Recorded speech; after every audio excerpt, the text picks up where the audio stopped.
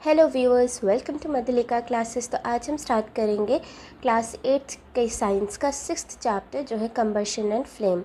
तो इस चैप्टर में हम कंबशन के बारे में पढ़ेंगे। कंबशन के लिए क्या क्या कंडीशन ज़रूरी होती है, देन फ्यूल क्या होता है, और कहीं अगर आग लग जाती है तो आप उसे कैसे कंट्रोल कर सकते हैं। हमारा जो मैच स्टिक होता है जो हम डेली लाइफ में यूज़ करते हैं वो कैसे वर्क करता है, उसकी हिस्ट्री के बारे में भी थोड़ा बहुत पढ़ेंगे।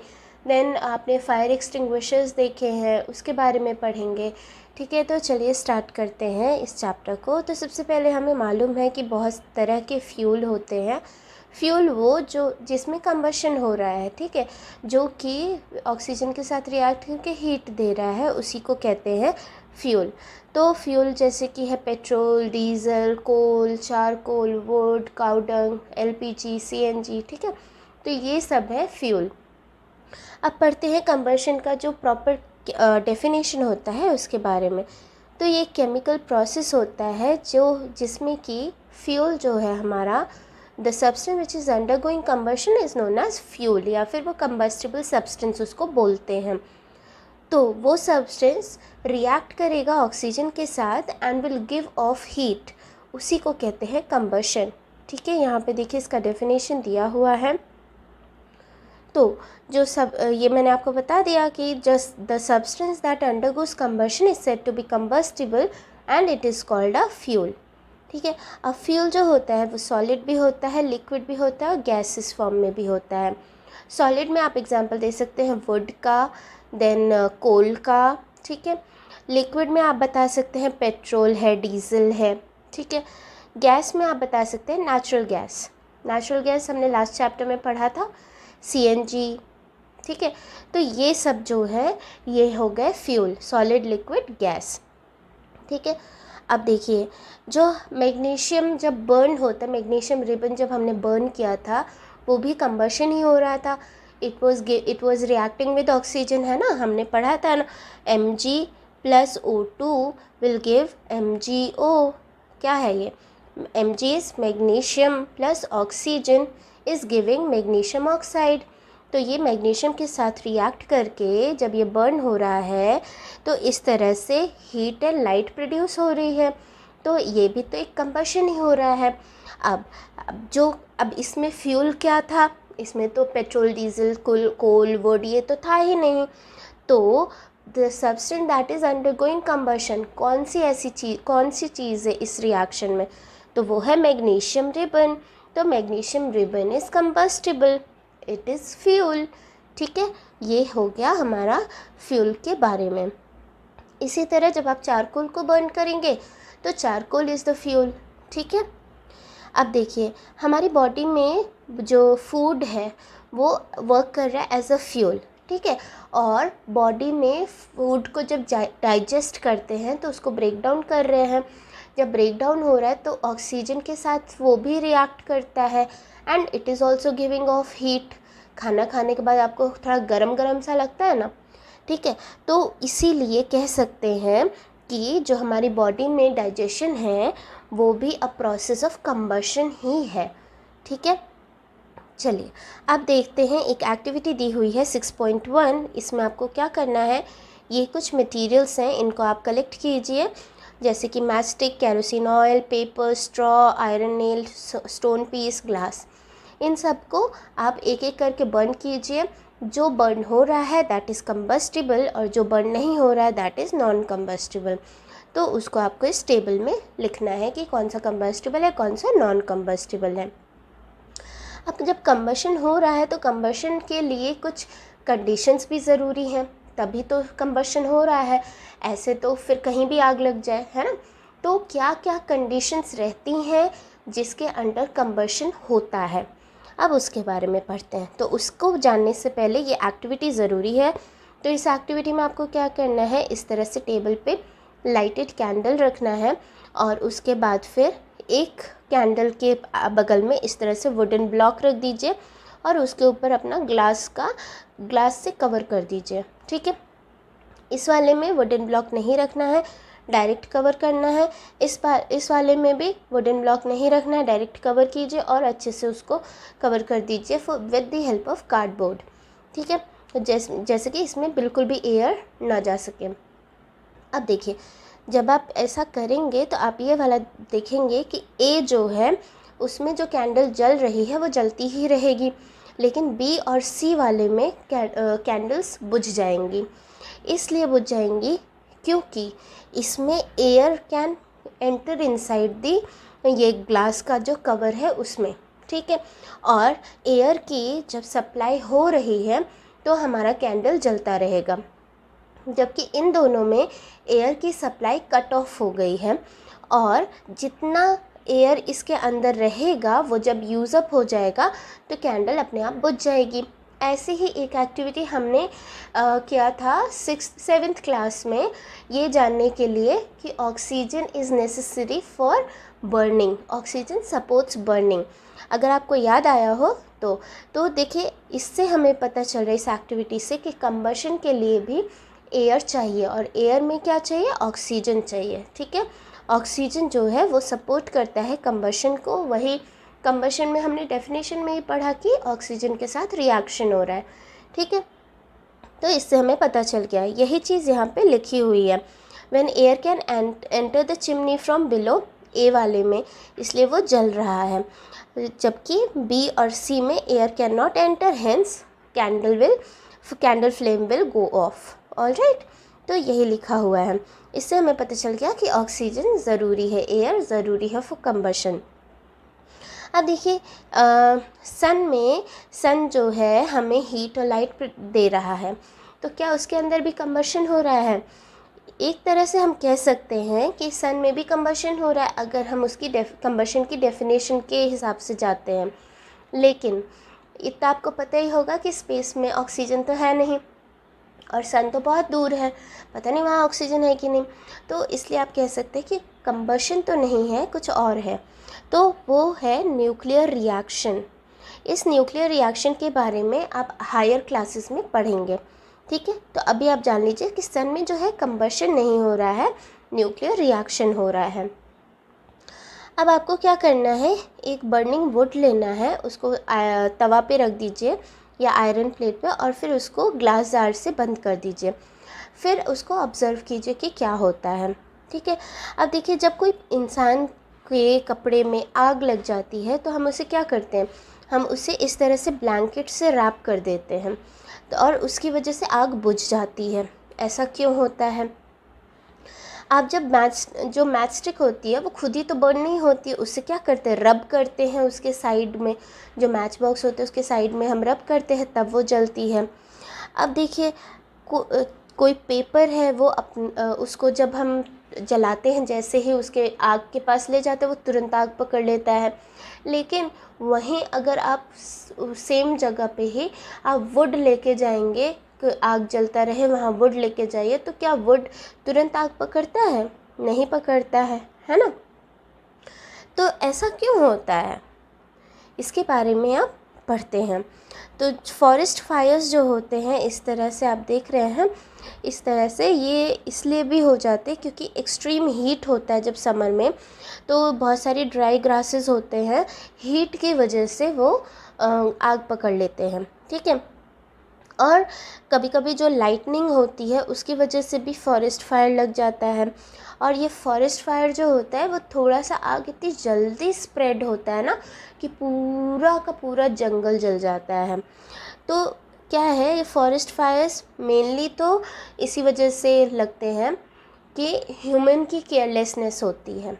लोग जाते हैं वहाँ पे, पिकनिक मनाते हैं या बोनफायर जलाते हैं और फिर बिना ढंग से बुझाए उसे वापस आ जाते हैं। उसकी वजह से क्या होता है, वो आग लग जाती है, हवा चलती है उसमें फिर से आग जलने लगती है और फिर वो स्प्रेड हो जाती है, ठीक है। अब देखिए, डिफरेंट सब्सटेंसेस डिफरेंट टेम्परेचर पे फायर को कैच करते हैं, ठीक है। और जो लोवेस्ट टेम्परेचर होता है जिस पे कोई भी सब्सटेंस में आग लगती है वो होता है इग्निशन टेम्परेचर, ठीक है। कि हिस्ट्री के बारे में या फिर मैथस्टिक में ऐसा क्या होता है, ठीक है। तो देखिए जो पहले के मैच स्टिक्स थे ना, बहुत टाइम पहले 5000 ईयर्स के से हम लोग उस मैच स्टिक्स यूज़ कर रहे हैं, ठीक है। तो उसमें क्या होता था, पाइन वुड का जो स्मॉल स्मॉल पीसेस होते थे उसको डिप करके रखते थे सल्फ़र में, उसको यूज़ करते थे। वो होता था यूज़ एंशंट इजिप्ट में। लेकिन जो मॉडर्न वाले ये मैच स्टिक्स है ना, इसमें सल्फ़र नहीं होता है। ये 200 ईयर्स पहले ही बनाए गए। और इसमें क्या क्या होता है, एंटीमनी ट्राइसल्फाइड, पोटेशियम क्लोरेट और white phosphorus plus some glue and starch. तो इसको यूज़ करते थे हम मैच स्टिक को बनाने के लिए। वो जो उसका मैच स्टिक का हेड होता है ना, उस पर यही सब रहता है, antimony trisulphide, potassium chlorate and white phosphorus with glue and starch. उसके बाद फिर अब क्या हुआ, जो ये हमारा वाइट फॉस्फोरस है ना, वो बहुत डेंजरस होता है, जो बना रहे हैं उनके लिए भी और जो यूज़ कर रहे हैं उनके लिए भी। तो वाइट फॉस्फोरस की जगह पे क्या किया, रेड फॉस्फोरस अब यूज़ करने लग गए हैं, ठीक है। तो अब जो रेड अब वाली जो मैच स्टिक्स हम अब यूज़ करते हैं, उसमें क्या क्या होता है, उसमें जो हेड होता है ना मैच स्टिक का, उसमें सिर्फ एंटीमनी ट्राइसल्फाइड और पोटेशियम क्लोरेट होता है। और जो रबिंग सरफेस होता है, जो मैच बॉक्स में यहाँ पे साइड में सरफेस होता है ना, उसमें होता है रेड फॉस्फोरस और ग्लास होता है, ठीक है, पाउडर्ड ग्लास होता है। तो जब क्या होता है, जब हम उसका जो मास्टिक है, उसका जो हेड है, वो इस पर रब करते हैं ना, तो यहाँ पे जो रेड फॉस्फोरस है वो वाइट फॉस्फोरस बन जाता है। और फिर तुरंत ही वो पोटेशियम क्लोरेट के साथ रिएक्ट करेगा और टेम्परेचर बढ़ा देता है, जिसकी वजह से एंटीमनी ट्राइसल्फाइड जो है वो फायर कैच कर लेता है, ठीक है। वो यहाँ पे यही सब लिखा है, ठीक है ना। These days the head of safety match contains only antimony trisulfide and potassium chlorate। Rubbing surface पे powdered glass and little red phosphorus है, जो कि लेस डेंजरस है than white phosphorus. When match is stuck against the rubbing surface, some red phosphorus gets converted into white phosphorus.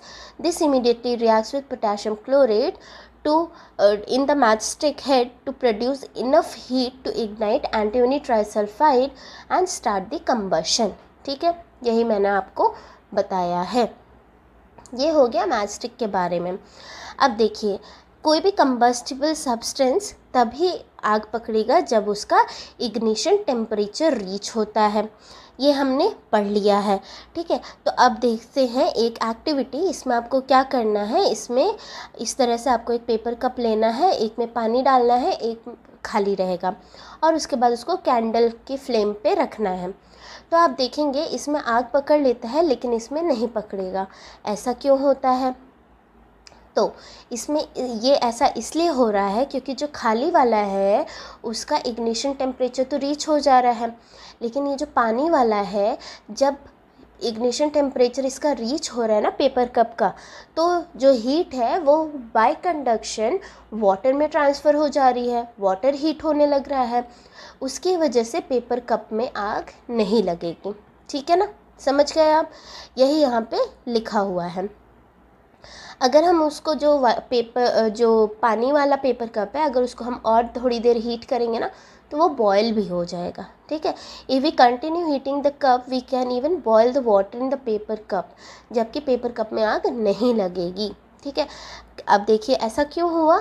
The heat supplied to the paper cup is transferred to water by conduction, so in presence of water the ignition temperature of the paper is not reached, hence it does not burn. यही मैंने आपको समझाया है, ठीक है। अब देखिए, जो सब्सटेंसेस बहुत ही लो इग्निशन टेम्परेचर होता है जिनका, और वो इजीली फायर कैच कर लेते हैं विद अ फ्लेम, उनको बोलते हैं इनफ्लेमेबल सब्सटेंसेस। क्या बोलते हैं? Inflammable substances. एग्जाम्पल क्या है? पेट्रोल है, अल्कोहल है, केरोसिन ऑयल भी है, लिक्विफाइड पेट्रोलियम गैस भी है, ठीक है। ये सब है हमारे इनफ्लेमेबल सब्सटेंसेस, ठीक है। तभी तो जब गैस की नॉब ऑन रहती है एलपीजी वाला, तो मीथेन इसीलिए उसमें डाला हुआ है ताकि वो तुरंत लोगों को पता चल जाए कि हाँ उसकी स्मेल आ रही है, जल्दी से गैस लीक हो रही है, बंद कर दो। नहीं तो वो ज़रा सा भी किसी ने अगर लाइटर एक बार भी स्ट्रक किया ना तो तुरंत उसमें आग पकड़ लेगा, और बहुत सारे एक्सीडेंट्स ऐसे होते भी हैं। अब देखिए, अगर कहीं पे आग लग जाती है तो उसको कंट्रोल कैसे करना है। हमने पढ़ लिया कि भाई जो हमारा कंबशन है उसमें क्या क्या कंडीशंस होनी चाहिए। ठीक है, हम ये जान गए हैं कि जब हम एयर को कट ऑफ कर देंगे तो फायर बंद हो जाती है, बुझ जाती है। ठीक है, तो अब हम पढ़ते हैं कि हम सही में कंट्रोल कैसे करते हैं। जो हमारे फायर ब्रिगेड आता है तो वो पानी डालता है ना, जब कहीं आग लग जाती है तो वो पानी से कैसे आग बुझती है। ठीक है, तो देखिए, जब कहीं आग लग जाए तो फिर आपको सबसे पहले तो फायर ब्रिगेड को कॉल करना चाहिए। तो फायर ब्रिगेड वाले आएंगे और वो जो जहाँ आग लगी रहती है उसका पहले पता करेंगे कि वो आग किस वजह से लगी है। अगर तो वो इलेक्ट्रिकल इक्विपमेंट की वजह से लगी है तो वो पानी बिल्कुल नहीं डालेंगे। ठीक है, क्यों नहीं डालेंगे अभी मैं बताऊंगी। अगर किसी और वजह से आग लगी है जिसमें इलेक्ट्रिकल इक्विपमेंट्स इन्वॉल्व नहीं है तो फिर वो पानी डाल के उस आग को बुझा देते हैं। अब पानी से आग कैसे बुझती है वो मैं आपको बताती हूँ। देखिए, जब पानी उस आग पे डालते हैं तो पानी ठंडा होता है, तो जो फ्यूल है, जो कंबस्टिबल मटेरियल है, जैसे बिल्डिंग है या घर है, तो उसका टेम्परेचर क्या हो जाएगा, लो हो जाएगा। अब जो इग्निशन टेम्परेचर था उससे जब लो हो जाएगा तो फायर स्प्रेड होने से बच जाएगी, थोड़ी देर के लिए बुझ जाएगी, है ना। अब देखो, सब जगह सबका इग्निशन टेम्परेचर तो एक जैसा होता नहीं है, सब जगह पानी जाता नहीं है ना। तो जहाँ जितनी जितनी जगह पे पानी गया वहाँ वहाँ पे फायर थोड़ी देर के लिए बुझ गई।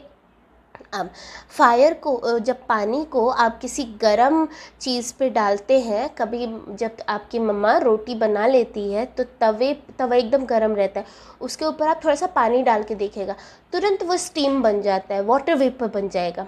ठीक है ना, तो वही हाल इसमें भी होता है। जब गरम चीज़ पे पानी पड़ता है तो वाटर तुरंत स्टीम बन जाता है, वाटर वेपर बन जाता है, और वो वाटर वेपर क्या करेगा, पूरे जो कंबस्टिबल मटेरियल है उसको सराउंड कर लेगा। जब सराउंड कर लेगा तो वाटर वेपर कट ऑफ कर देगा एयर को इसके अंदर आने से। जब इसके अंदर एयर का सप्लाई बंद हो गया तो यहाँ पे आग बुझ जाएगी अपने आप। ठीक है, समझ गए आप, यही वाटर करता है।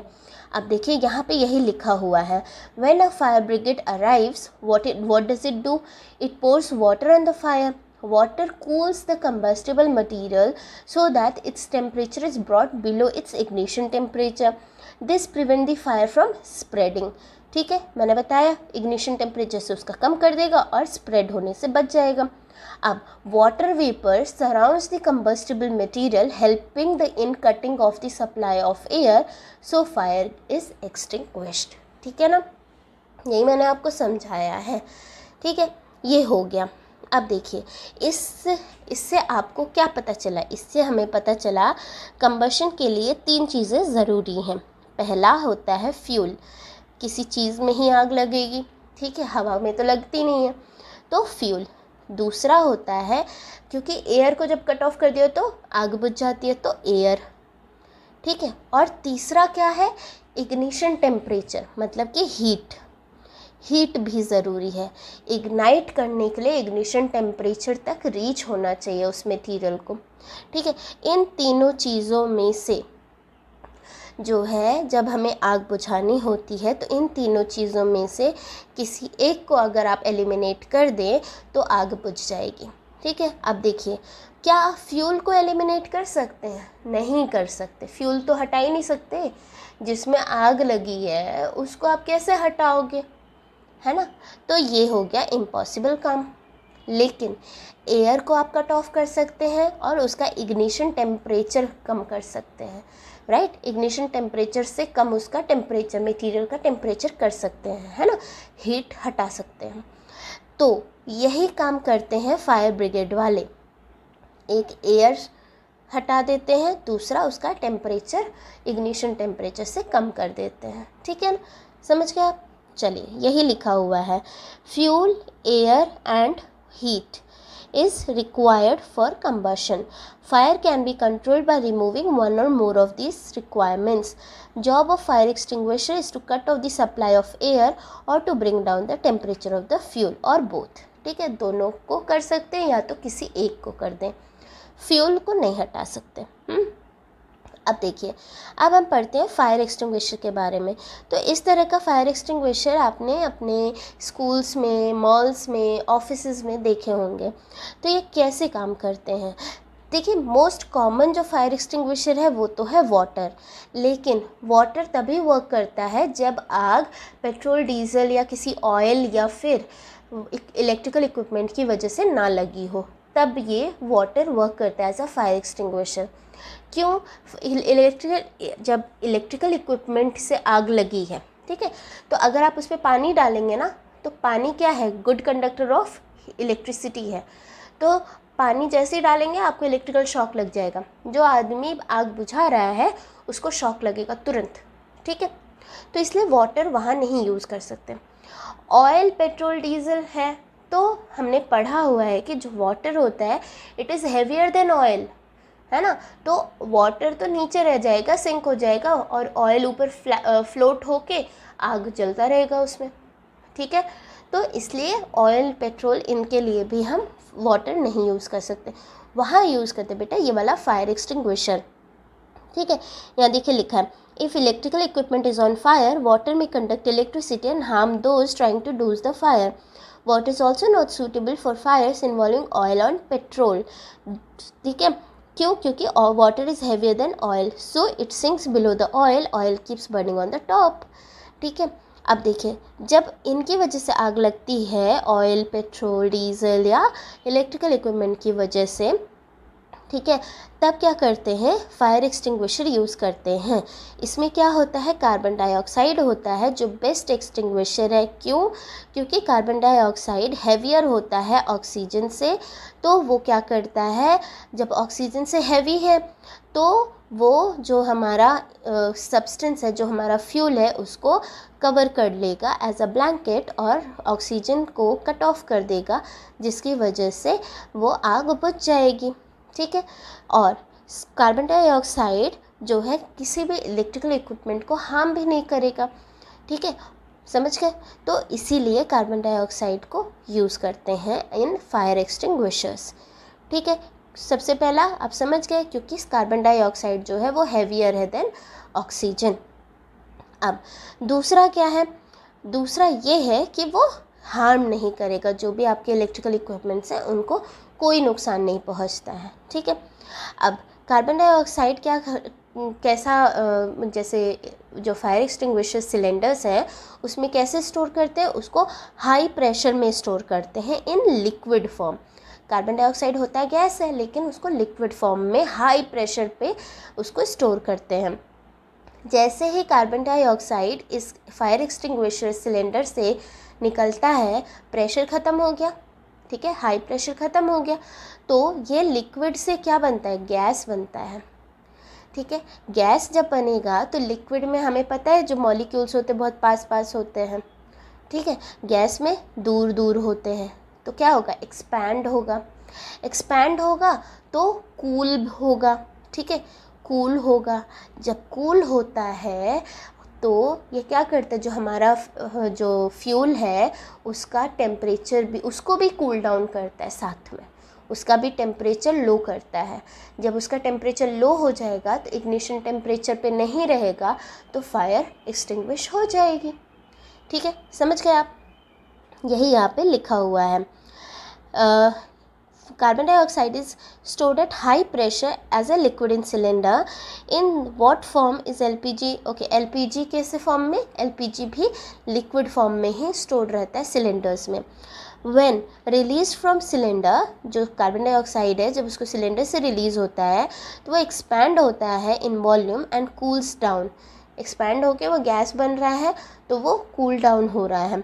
जब वो कूल डाउन हो रहा है, ठीक है, वो ब्लैंकेट तो फॉर्म कर रहा है ऑक्सीजन को कट ऑफ करने के लिए, साथ ही it also brings down the temperature of the fuel, इसीलिए इसको एक्सीलेंट फायर एक्सटिंग्विशर कहते हैं।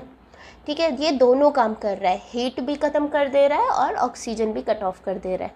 ठीक है, अब देखिए, अगर आपके पास फायर एक्सटिंग्विशर नहीं है और कहीं आग लग गई छोटी सी, तो आप क्या कर सकते हैं, ये दो केमिकल्स हैं, ये अगर ड्राई पाउडर के फॉर्म में है तो इससे भी आप कार्बन डाइऑक्साइड रिलीज़ करवा सकते हैं। कैसे, ये जो सोडियम बाइकार्बोनेट जो बेकिंग सोडा होता है या पोटेशियम बाइकार्बोनेट, ठीक है, इन दोनों का जो ड्राई पाउडर है, अगर आप इसको फायर पे डाल देंगे तो वो ऑक्सीजन के साथ रिएक्ट करके क्या करेगा, कार्बन डाइऑक्साइड रिलीज़ कर देगा। कार्बन डाइऑक्साइड रिलीज़ हुआ तो आगे का काम कार्बन डाइऑक्साइड खुद ही कर देगा। ठीक है, फायर को एक्सटिंग्विश कर देगा। ठीक है ना। चलिए, आई होप आपको ये समझ में आ गया होगा, ये बहुत ज़रूरी है समझना। ठीक है, अब पढ़ते हैं टाइप्स ऑफ कंबशन के बारे में। तो डिफरेंट टाइप्स ऑफ कंबशन होते हैं, जैसे कि जो बर्निंग मैच स्टिक है, अगर आप उसको गैस के पास लेकर आएंगे, नॉब जैसे ऑन करेंगे वो तुरंत आग पकड़ लेता है ना। इस तरह का जो होता है, जब हम फ्लेम ले जाते हैं और तुरंत वो आग पकड़ लेता है, उसको बोलते हैं बेटा रैपिड कंबशन। क्या बोलते हैं, रैपिड कंबशन। जब gas turns when gas burns rapidly and produces heat and light, such combustion is known as rapid combustion.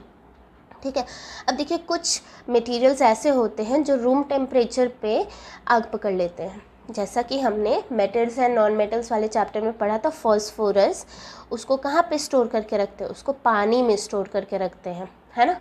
Phosphorus को, नॉन मेटल होता है, उसको पानी में स्टोर करके रखते हैं। क्यों, क्योंकि वो ऑक्सीजन के साथ तुरंत रिएक्ट करके आग लगा देता है। ठीक है, तो इस तरह के जो सब्सटेंसेस है, इस तरह के जो इनफ्लेमेबल सब्सटेंसेस है, उनका जो कंबशन होता है उसको बोलते हैं स्पॉन्टेनियस कंबशन। ठीक है, क्या बोलते हैं, स्पॉन्टेनियस कंबशन।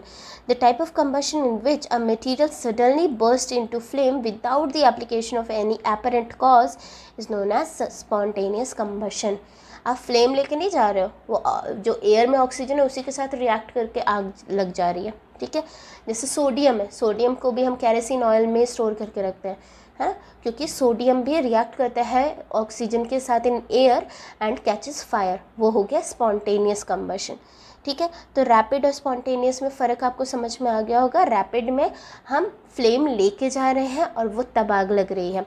स्पॉन्टेनियस में फ्लेम नहीं लेके जा रहे हैं, वो एयर में ही जो ऑक्सीजन है उसके साथ रिएक्ट करके आग लग जा रही है। ठीक है ना। चलिए, ये हो गया दो तरह के कंबशन। अब देखिए, स्पॉन्टेनियस कंबशन जो कोल डस्ट की वजह से होता है, उसकी वजह से बहुत सारे डिज़ास्ट्रस फायर लग जाते हैं कोल माइंस में, जिसकी वजह से बहुत एक्सीडेंट होता है। स्पॉन्टेनियस जो फॉरेस्ट फायर्स होते हैं वो भी because of heat of the sun या फिर ड्यू टू लाइटनिंग स्ट्राइक की वजह से होता है। ज़्यादा से ज़्यादा जो फॉरेस्ट फायर्स होते हैं वो केयरलेसनेस ऑफ ह्यूमन बीइंग की वजह से होता है। तो आपको केयरफुल रहना चाहिए जब भी आप फॉरेस्ट में जाते हैं, अगर आप वहाँ पे आग जलाते हैं। ठीक है, दूसरा जो फायरवर्क्स होते हैं फेस्टिवल्स पे, दिवाली वगैरह पे जो आप जलाते हो क्रैकर्स, तो जब आप उसको इग्नाइट करते हो तो उसमें भी सडन रिएक्शन होता है और क्या क्या इवॉल्व होता है, हीट, लाइट एंड साउंड। ठीक है, प्लस बहुत ज़्यादा गैस भी निकलती है, राइट। तो उस तरह का जो कंबशन होता है उसको एक्सप्लोजन बोलते हैं। क्या बोलते हैं, एक्सप्लोजन। एक्सप्लोजन तब भी हो सकता है अगर आप क्रैकर्स के ऊपर बहुत ज़्यादा प्रेशर लगाते हैं, तब भी। ठीक है, फायर से ही नहीं, प्रेशर की वजह से भी हो सकता है। ठीक है, यहाँ पे लिखा हुआ है यही। अब हम पढ़ते हैं फ्लेम के बारे में। तो आपने ऑब्ज़र्व किया होगा अलग अलग तरह के जो फ्लेम्स होते हैं उनको, जैसे कैंडल की फ्लेम है, ये हमारे एलपीजी की फ्लेम है। ठीक है, फिर ये है हमारा फ्लेम ऑफ कैरोसिन लैम्प, फिर कैंडल है और ये बंसन बर्नर है। ठीक है, इन सब की जो हम ऑब्ज़र्व करेंगे तो अलग अलग कलर्स के होते हैं, अलग अलग तरह के होते हैं फ्लेम्स। तो आपको क्या करना है, इनके फ्लेम्स को ऑब्ज़र्व करना है और फिर बताना है यहाँ पे क्या ये फॉर्म कर रहा है फ्लेम को, अगर हाँ तो ठीक है, नहीं तो कोई बात नहीं।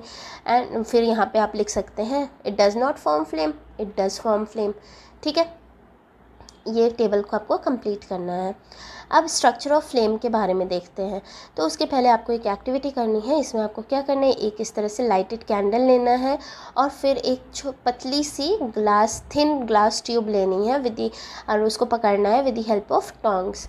ठीक है, उसके बाद फिर उसका जो एक एंड है उसको आप इसके जो कैंडल का डार्क जोन है वहाँ पे रखिए और दूसरी तरफ से ये आग लगाइए इस तरह से मैच स्टिक से। ठीक है, तो आप क्या देखेंगे बता सकते हैं। ठीक है, अपना ऑब्ज़र्व कीजिए क्या होता है। तो देखिए क्या है, जो सब्सटेंसेस वेपराइज हो जाते हैं ड्यूरिंग बर्निंग, जब बर्न हो रहे हैं तो वेपराइज होते हैं। तो जब वेपराइज होते हैं तभी वो फ्लेम प्रोड्यूस कर रहे हैं। ठीक है, फॉर एग्ज़ाम्पल जो केरोसिन ऑयल है या मोल्टन वैक्स है जो राइज हो रहा है through the wick in candles, वो भी वेपराइज हो रहा है ड्यूरिंग बर्निंग। ठीक है, ऑन दी अदर हैंड जो वेपराइज नहीं होता है वो फ्लेम प्रोड्यूस नहीं करता है, जैसे कि चारकोल। ठीक है, आपने देखा होगा जब आप कोल जलाते हैं तो वेपराइज नहीं होता, वो वैसा का वैसा ही पड़ा रहता है और इसीलिए उसमें फ्लेम नहीं होती है। ठीक है, तो इसी वजह से फ्लेम क्यों नहीं होती है, क्यों होती है, ये आपको आज पता चल गया। क्योंकि जो वेपराइज हो रहा है, जो उड़ जा रहा है, ठीक है, ख़त्म हो जा रहा है ड्यूरिंग बर्निंग, उसमें फ्लेम होगी। जो वेपराइज नहीं हो रहा है उसमें फ्लेम नहीं होगी। ठीक है ना, इस तरह का कभी देखा भी होगा। आप कैंडल के ऊपर ऐसे हाथ भी लगाते हैं ना थोड़ा ऊपर से, तो आपका हाथ में काला सा हो जाता है। ठीक है, तो आपको यही एक्टिविटी करनी है। इस तरह से ग्लास स्लाइड को आप रखिए तो इस तरह से आपको काला सा दिखेगा। क्या होता है ये अनबर्नड कार्बन पार्टिकल्स हैं। ठीक है, वो भी रिलीज़ होते हैं जब भी कंबशन होता है, फ्लेम में से निकलते हैं। ठीक है, जब कैंडल की फ्लेम एकदम स्टीडी हो तो फिर आपको क्या करना है, एक ये जो है हमारा कॉपर की वायर लेनी है इस तरह से, और उसका एक एंड आपको यहाँ पे जो नॉन ल्यूमिनस जोन है वहाँ पे रखना है। ठीक है, उसके बाद फिर आप उसको ऑब्ज़र्व कीजिए कि क्या होता है। जो पोर्शन ऑफ वायर जो कि फ्लेम के जस्ट बाहर है वो रेड हॉट हो जाएगा। तो उससे हमें क्या पता चलता है कि ये जो बाहर वाला होता है ना, ये जो हल्का सा रेड है ऊपर, वो होता है hottest part of the flame. तो अब हम फ्लेम के बारे में पढ़ लेते हैं। ये देखिए इस तरह का होता है। ये जो विक वाला है वो इनरमोस्ट जोन है, अनबर्न्ड वैक्स रहेगा। ठीक है, यहाँ पे जो मिडिल जोन है उसमें पार्शियल कंबशन हो रहा है, या जो आउटर जोन है उसमें कंप्लीट कंबशन हो रहा है। ये हॉटेस्ट पार्ट होगा, ये मॉडरेटली हॉट होगा, ये लीस्ट हॉट होगा। ठीक है ना, इस तरह से। जो गोल्डस्मिथ्स होते हैं ना, वो क्या करते हैं, जो आउटर मोस्ट जोन है उसी को ब्लो करते हैं, उसी की जो फ्लेम होती है उसी को ब्लो करते हैं with a metallic pipe to melt down the gold and silver. ठीक है, इसलिए करते हैं क्योंकि वो हॉटेस्ट पार्ट होता है, अभी हमने देखा। ठीक है, हॉटेस्ट पार्ट को अगर आप यूज़ करेंगे तो जल्दी से मेल्ट हो जाएगा। अब देखिए फ्यूल के बारे में पढ़ लेते हैं। तो हमें मालूम है कि जो सब्सटेंस में कंबशन हो रहा है उसी को हम फ्यूल बोलते हैं। ठीक है, जैसे कि वुड, चारकोल, पेट्रोल, केरोसिन। ठीक है, अब जो अच्छा फ्यूल है वो कैसा होना चाहिए, वो रेडली अवेलेबल होना चाहिए, आसानी से मिल जाए, चीप होना चाहिए, बर्न हो मॉडरेट रेट पे, बहुत जल्दी भी नहीं हो, बहुत देर से भी नहीं, मतलब मॉडरेटली बर्न होना चाहिए। और सबसे ज़्यादा हीट प्रोड्यूस जो करता है वही अच्छा फ्यूल होता है। प्लस वो कुछ भी अपने पीछे अनडिज़ायरेबल सब्सटेंस ना छोड़े। तो ये होती है गुड फ्यूल की क्वालिटीज़। देखिए, अब जो गुड फ्यूल की क्वालिटीज़ हैं, सारी क्वालिटीज़ आपको किसी फ्यूल में नहीं मिलेगी। अगर सारी क्वालिटीज़ एक फ्यूल में मिल गई तो वो हो जाएगी आइडियल फ्यूल। ठीक है, जो कि मुश्किल है। ठीक है, अब आपको क्या करना है, जितने फ्यूल्स के बारे में आप जानते हैं उनको ग्रुप करना है आपको सॉलिड, लिक्विड एंड गैशियस में। ठीक है, solid fuels, liquid fuels and gaseous fuel. तो आप यहाँ पे फ्यूल्स के नाम लिखिए। ठीक है, अब हम पढ़ेंगे फ्यूल की एफिशिएंसी के बारे में। तो फ्यूल कौन सा फ्यूल सबसे अच्छा होगा, जो बहुत ज़्यादा हीट प्रोड्यूस कर रहा है। तो उसको मेजर करने के लिए हम उसकी कैलोरीफिक वैल्यू पता करते हैं। कैलोरीफिक वैल्यू क्या होती है, जो अमाउंट ऑफ हीट है वो कोई भी फ्यूल 1 kg ऑफ कोई भी फ्यूल कितना हीट प्रोड्यूस कर रहा है वही उसकी कैलोरीफिक वैल्यू होती है। The amount of heat energy produced on complete combustion of 1 kg of fuel is called its calorific value. ठीक है, ये इसका आपको डेफिनेशन याद होना चाहिए। और जो कैलोरीफिक वैल्यू है उसको एक्सप्रेस किस में करते हैं, किलो जूल्स पर केजी। ठीक है, किलो जूल्स पर केजीज में एक्सप्रेस करते हैं। जब भी कैलोरीफिक वैल्यू लिखी है, आप जब भी कैलकुलेट कर रहे हैं तो किलो जूल्स पर केजी ज़रूर लिखिए उस आंसर के साथ। ठीक है, ओके, यहाँ देखिए लिखा हुआ है किलो जूल पर केजी में रहता है। यहाँ पे कुछ फ्यूल्स के आपको कैलोरीफिक वैल्यू दिए हुए हैं, तो जिसकी कैलोरीफिक वैल्यू सबसे ज़्यादा है मतलब कि वो सबसे अच्छा, उसकी फ्यूल एफिशिएंसी सबसे अच्छी है। ठीक है, चलो अब हम पढ़ते हैं जो बर्निंग ऑफ फ्यूल होता है उसकी वजह से क्या हार्मफुल प्रोडक्ट्स, क्या हार्म होता है उसकी वजह से। तो देखिए, फ्यूल कंजम्पशन इंक्रीज़ हो रहा है क्योंकि पॉपुलेशन इंक्रीज़ हो रही है, तो सबको ज़रूरत पड़ती है फ्यूल को जला के यूज़ करने की। तो उसकी वजह से हमारा जो एनवायरनमेंट है उस पर बहुत हार्मफुल इफ़ेक्ट पड़ रहा है। कैसे, पहला जो कार्बन फ्यूल्स है जैसे कि वुड है, कोल है, पेट्रोलियम है, वो क्या रिलीज़ करते हैं, वो अनबर्न्ड कार्बन पार्टिकल्स रिलीज़ करते हैं, जिसकी वजह से जो बहुत ही ज़्यादा डेंजरस पॉल्यूटेंट होता है और उसकी वजह से बहुत सारे रेस्पिरेटरी डिजीज़ेज़ हो रही जैसे कि एज़मा। ठीक है, एज़मा आप देखते हैं आजकल हर दूसरे तीसरे इंसान को एज़मा है। ठीक है, वो इसी वजह से हो रहा है क्योंकि अनबर्न्ड कार्बन पार्टिकल्स हैं, वो भी एक कॉज होता है। ठीक है, दूसरा जो इनकम्प्लीट कंबशन हो जाता है अगर किसी फ्यूल का, तो वो क्या करते हैं, जैसे कि कोल है तो अगर अनबर्न्ड रहेगा, ठीक है, अधजला जिसको बोलते हैं, अधजला हो जाता है तो फिर वो कार्बन मोनोऑक्साइड गैस रिलीज़ करने लगता है जो बहुत ही पॉइजनस होता है। इसीलिए कहते हैं विंटर्स के टाइम में अंगीठी जला के घर बंद करके नहीं सोना चाहिए।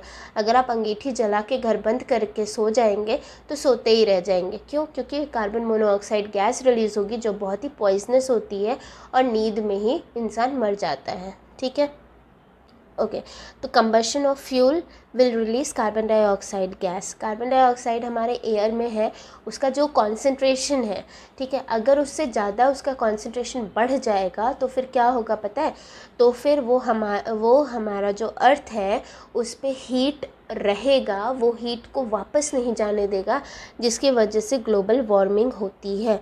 ग्लोबल वार्मिंग है rise in temperature of the atmosphere of the earth. ठीक है, इसकी वजह से जो ग्लेशियर्स हैं, पोलर ग्लेशियर्स, वो मेल्ट हो रही हैं, जो सी लेवल जो वाटर है वो राइज़ हो रहा है, सी लेवल हमारा राइज़ हो रहा है, और जो कोस्टल एरियाज़ है, लो लाइंग एरियाज़ हैं, वो सबमर्ज होने लगी हैं। ठीक है ना, तो इसी वजह से, क्यों? क्योंकि ग्लोबल वार्मिंग हो रही है।